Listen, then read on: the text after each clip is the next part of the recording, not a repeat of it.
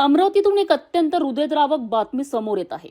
ज्या रस्त्याने 2012 मध्ये 6 चिमुकल्यांना हिरावून घेतले होते, त्याच नवसारी टी पॉइंटवर आज पुन्हा एकदा रक्ताचे सडे पडले आहेत.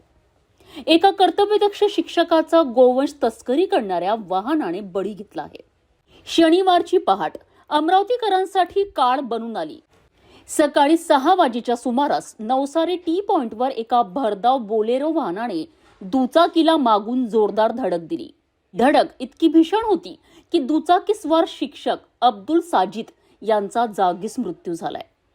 अब्दुल साजिद हे चपराशीपुरा येथील रहिवासी असून ते अंजनगाव सुर्जी येथील शाळेत शिकवायचे. दररोजप्रमाणे ते आजही आपल्या कर्तव्यावर जात होते. याच दरम्यान राजपूत ढाब्याकडून लालखडीकडे जाणाऱ्या बोलेरोने त्यांना चिरडलेत.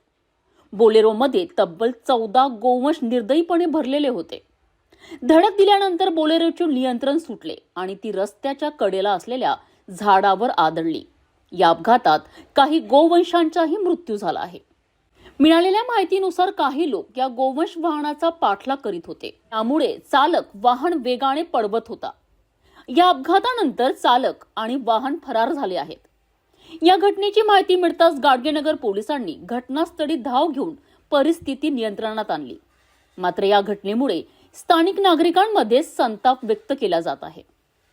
या घटनेने पुन्हा एकदा अनेक प्रश्न उपस्थित केले आहेत.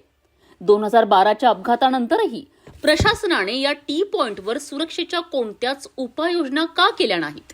गोवंश तस्करीच्या घटनांमुळे वाढणारा तणाव पोलीस कसा हाताळणार? सध्या परिसरात तणावाचे वातावरण असून पोलीस खबरदारी घेत आहेत. या प्रकरणातील दोषींवर कडक कारवाई होईल का, हे पाहणे महत्त्वाचे ठरेल.